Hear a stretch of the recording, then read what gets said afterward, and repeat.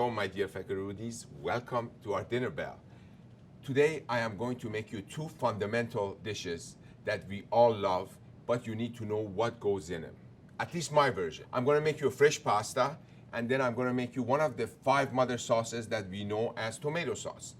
Plus that basic fundamental tomato sauce, I'm going to make you a puttanesca, and I am going to make you an alla matriciana. These are 2 different Roman sauces that they use, but with the mother sauce as tomato sauce. You're gonna love this. Very simple, yet sophisticated.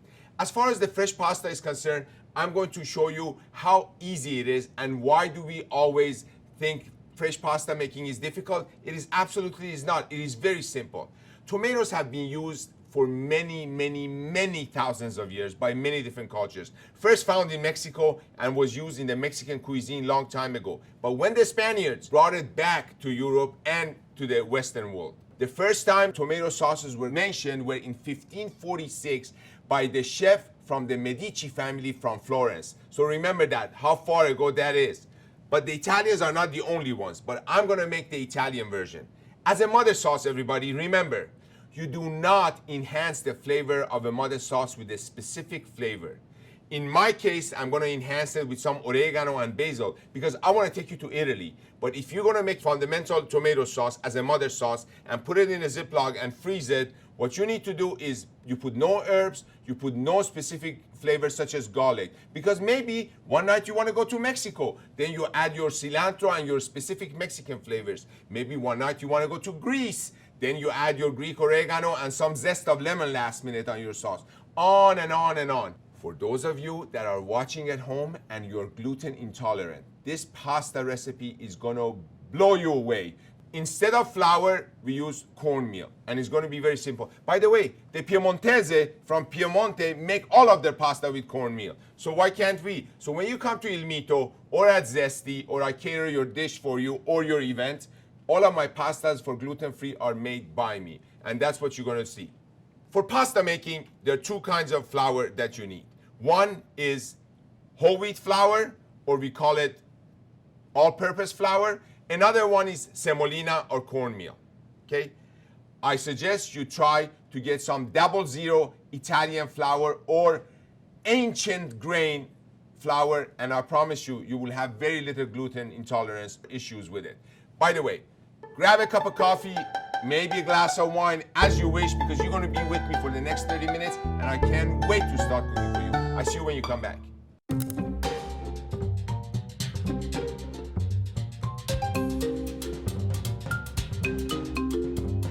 As you plan your new kitchen, to get hands-on with Sub-Zero, the food preservation specialist, and Wolf, the cooking specialist, simply get in touch with this appliance specialist.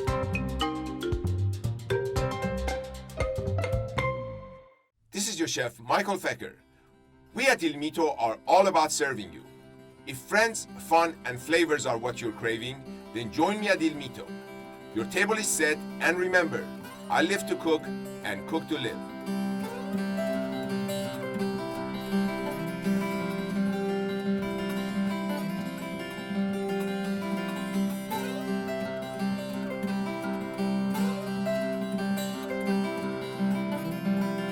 After 40 years of building friendships and building homes, we learned the difference at JFK Design Build between a house and a home. A home has life. For generations, our JFK family has been building more than homes. We build friendships. That is why we are friends with another lover of life, Chef Michael Fecker. This is your chef, Michael Fecker. Now, JFK and I get to design your dream kitchen within your budget. We will bring your vision to life. I guarantee it.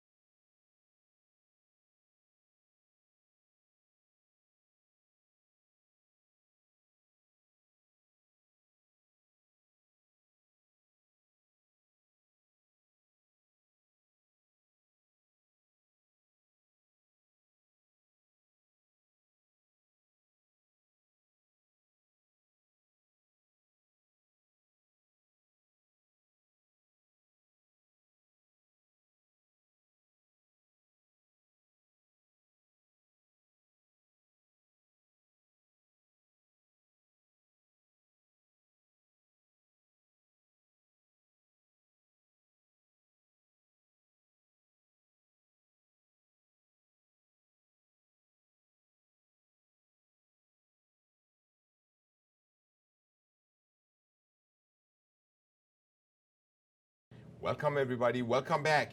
For those of you that just sat down and you cannot wait to get amazed, let me tell you what I'm doing. I'm making you some fresh pasta, I'm making you a fundamental and basic tomato sauce plus a alla matriciana and alla puttanesca.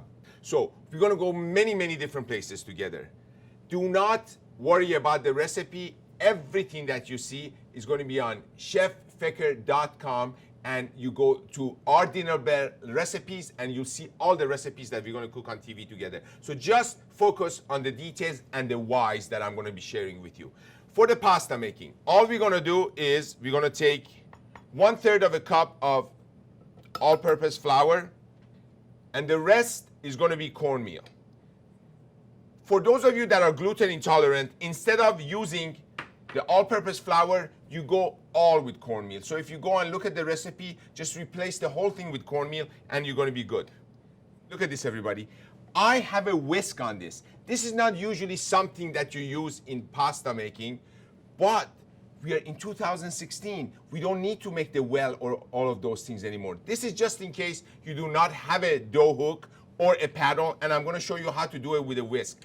But even if you don't have this, you can use a nice Cuisinart or a food processor. So put it in lock on very slow. While this is turning and is warming up the flour, basically, 1 egg is gonna go into a bowl. We're gonna add a drizzle of yours truly, Chef Michael Fecker's olive oil. Now, I don't wanna make a regular pasta today. You know why? Because I wanna make it al pepe. I wanna make it a pepper pasta. So a sprinkle of pure sea salt goes into the egg, and mixture of white and black peppercorn that have been ground up at home. You're gonna see this, it's gonna be beautiful. Enough pepper because when this is cooked, it's just gonna give you that nice flavor. Whisk. Whisk well. Then this is what we're gonna do. We're just gonna pour it into the flour first. Forget about what the recipe tells you. When you are making a dough for pasta, you do not care how much of what you get. It has to do with the humidity of the day, what altitude you're at, on and on and on. So now, as the mixer is turning, I have some water, and I'm gonna add enough water until it all absorbs. You see, little by little, it's turning into pebbles, and now a little bit more. Wait. It's coming together. The beauty of a whisk in this case is it breaks all the connecting fibers that we know as gluten, and it stretches them. A little bit more water. Now we're gonna increase the speed. Why? Because now there is no chance of the flour going into our face.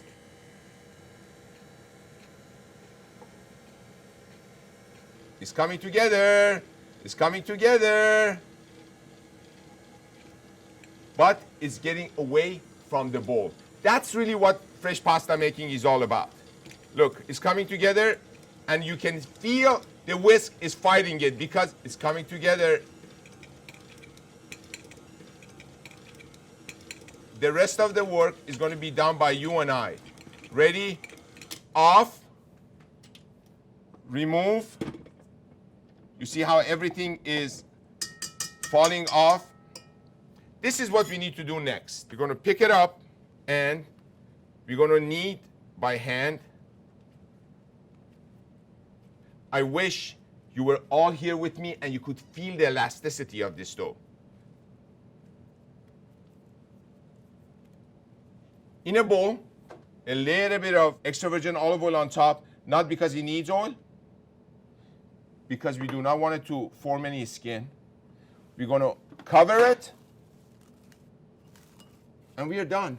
There is your pasta. That's it.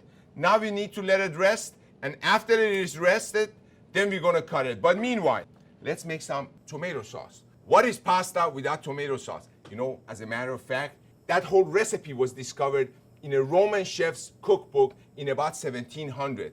First discovered in 1546 that tomato existed in Italy. Then The first recipe was in 1700. So there's a 200-year gap there, but I'm sure they were enjoying it. So let's make some tomato sauce. Pan is heating up. What we're gonna do on a very, very moderate heat, and what we're gonna do, we're gonna use a carrot. Chef, carrot in a tomato sauce. Carrots and onion, the only two vegetables that have very basically the same sugar as sugar beets. So we're gonna peel.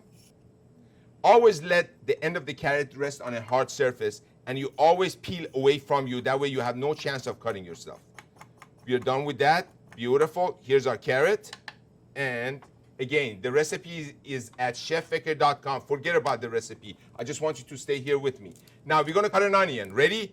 Both fingers, index and thumb on either side so it doesn't roll. And we're gonna cut. The minute the tip hits the cutting board, come all the way down and you're chopped. The onion is cut in half. Leave the stem intact, because if you take this off, all the leaves of the onion are gonna fall apart. Only we're gonna do that with this side. And save those yum yums. Put them in the Ziploc and save them so when we're making a vegetable broth, we have them.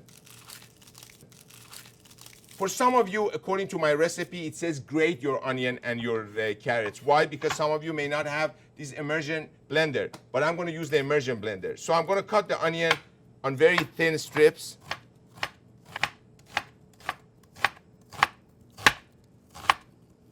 And I'm gonna pick up the onion with my knife, with my hand protecting it. I'm gonna go into the pan. Chef, you forgot oil.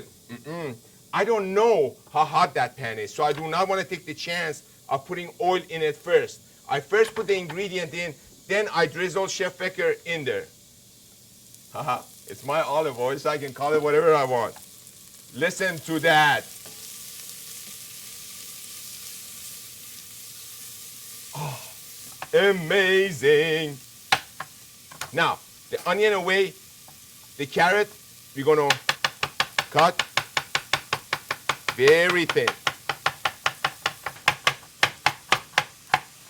The thinner you cut it, the faster it's gonna release its flavor.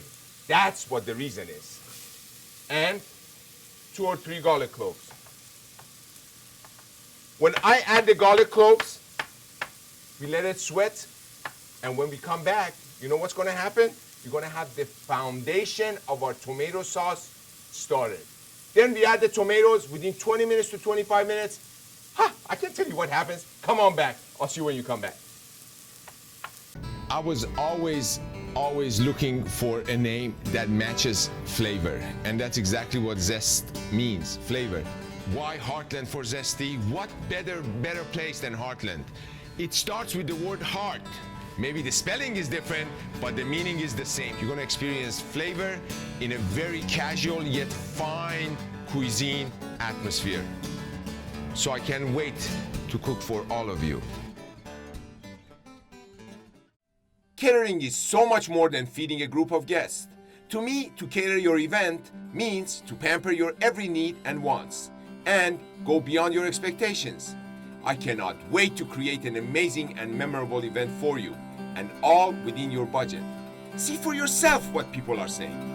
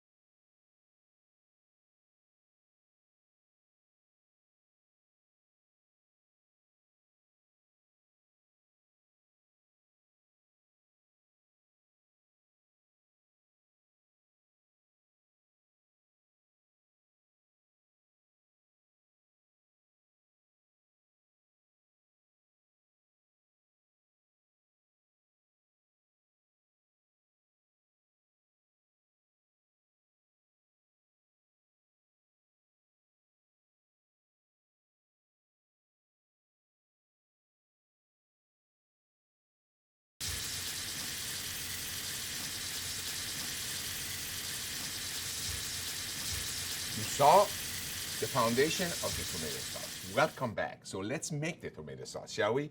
Come on here. Look at this. I have a pan that is going at a very, very low temperature. And now my onions and my carrots have sweated and they're ready to, and the onions, as a matter of fact, have started to caramelize a little bit. So we're gonna add, look at this. I'm gonna use this spatula so it doesn't splatter all over me. Now that the tomatoes are in, let's add the herbs. The aromatics are really what transport you to specific cuisines and cultures. This one is going to be in Italy, so we're going to add the basil, and you really don't need to fine chop it. You just want to coarse chop it and place it in there. And some oregano. This is Italian oregano, there is Mexican oregano, there is Greek oregano. Going to pick it up, turn it over, go in there. Beautiful. Done. So, now that the herbs are done, the tomato sauce is on its way.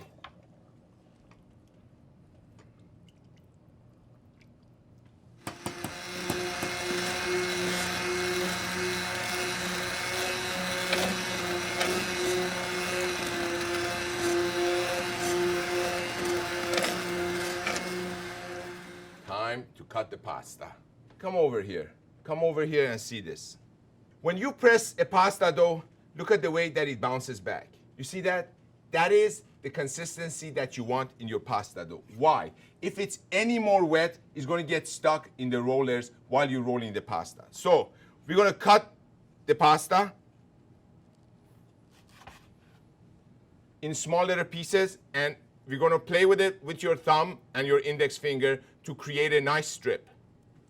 Then you're going to put your roller on the largest number possible, because what's going to happen, we're going to roll this 3 times.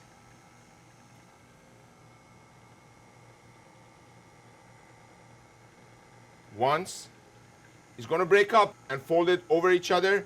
One more time, and this is how you create layers. One more time. The more you do, more patience, more beautiful texture you're going to get. Now we're going to go further down. We're on number 2 right now. Now we're going to go to number 4. My chef, Patrizio Sacchetto, taught me something. Always make sure you can see the shadow of your finger underneath the pasta. Look at this gorgeous thing. Hey, by the way, what are those black spots in there? Those are the black peppercorn, yes. Now we're gonna lay it on this sheet pan.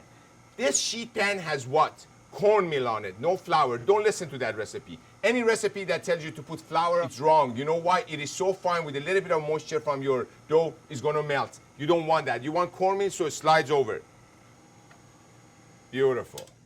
Biggest mistake we make in pasta making. We roll the dough and we immediately want to cut it. You gotta wait. Why? A little bit of air is gonna remove the extra moisture, so when you cut it through the cutter, it's gonna fold and become beautiful and fluffy. So meanwhile, what do we need to do? We need to start the foundation of one of our sauces. I'm gonna make you a beautiful, simple puttanesca. Puttanesca is an arrabbiata with an addition of anchovies, capers, and olive. The Napolitanos, they omit the anchovy and the capers. Funny, anchovies come from Napoli, but they don't want it in their puttanesca. Puttanesca is a very robust flavored sauce that can overpower or complement any dish. So, let's start the puttanesca. Capers, rough chopped. 2 cloves of garlic, rough chopped.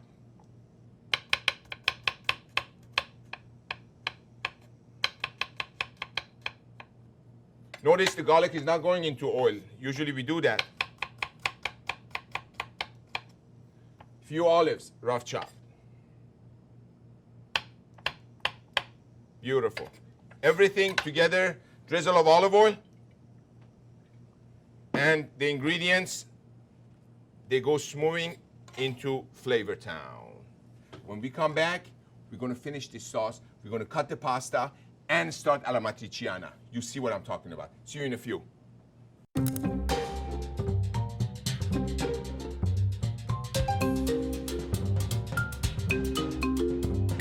as you plan your new kitchen. To get hands-on with Sub-Zero, the food preservation specialist, and Wolf, the cooking specialist, simply get in touch with this appliance specialist.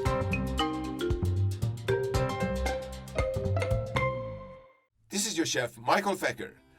We at Il Mito are all about serving you. If friends, fun, and flavors are what you're craving, then join me at Il Mito. Your table is set, and remember, I live to cook and cook to live.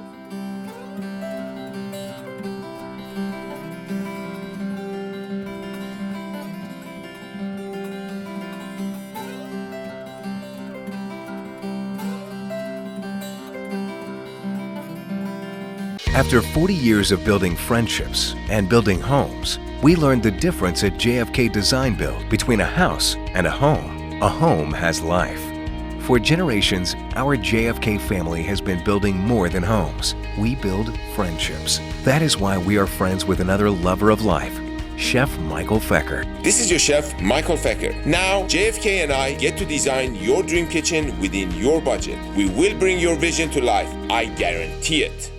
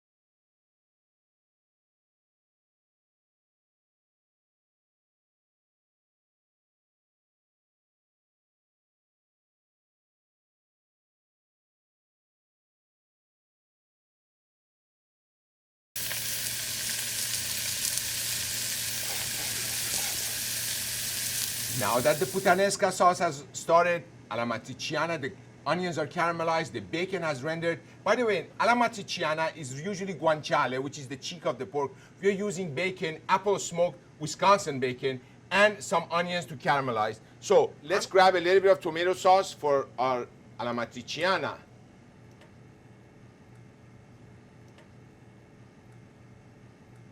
You have the oregano, you have the basil, you have the beautiful flavors of those herbs, the garlic that has cooked inside your tomato sauce. Let this happen. Let's go cut some pasta together, shall we?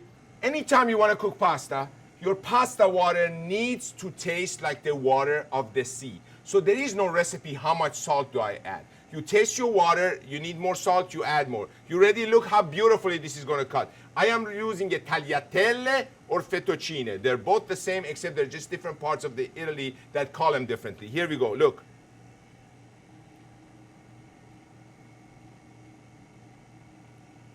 Look at this beauty right here. Are you kidding me?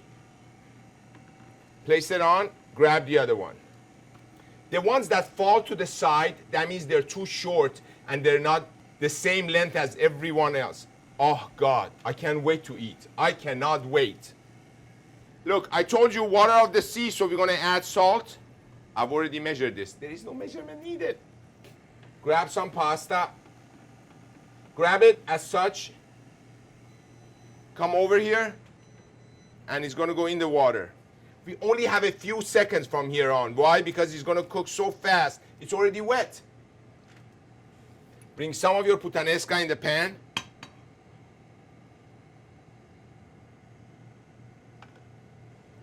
And we're gonna let it just warm up.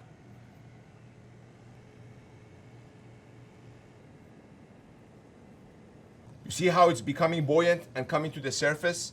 The reason for that is that the water content of the pasta is still turning into steam and is coming to the surface. This is a good way of knowing when your pasta is cooked. Only in specific pastas, fresh pastas mainly. But with the ravioli and tortelloni, that's a different story. That's another show on its own.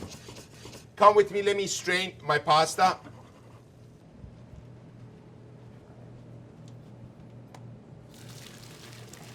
Chef, what do we do when we strain our pasta?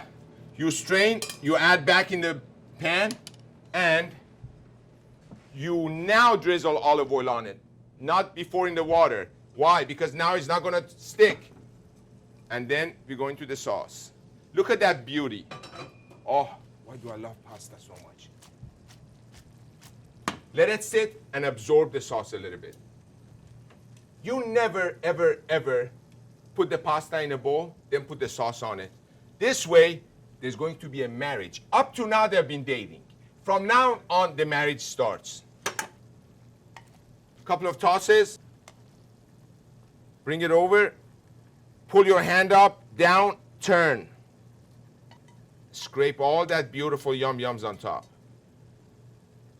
Always, always clean the plate. Drizzle of extra virgin olive oil. Why do we always finish with olive oil? Because olive oil introduced to heat has a completely different flavor profile than an olive oil that hasn't been introduced to heat. For the matriciana, the process is exactly the same. Pasta in the water, tossed together, but the beauty of both these sauces is you can make them in advance and warm them up later. So next week, we're gonna have another show with much more techniques and flavors. Wait a minute, I can't talk anymore, sorry. I gotta have a bite. Pull, turn, turn, turn. Come on, I can't wait.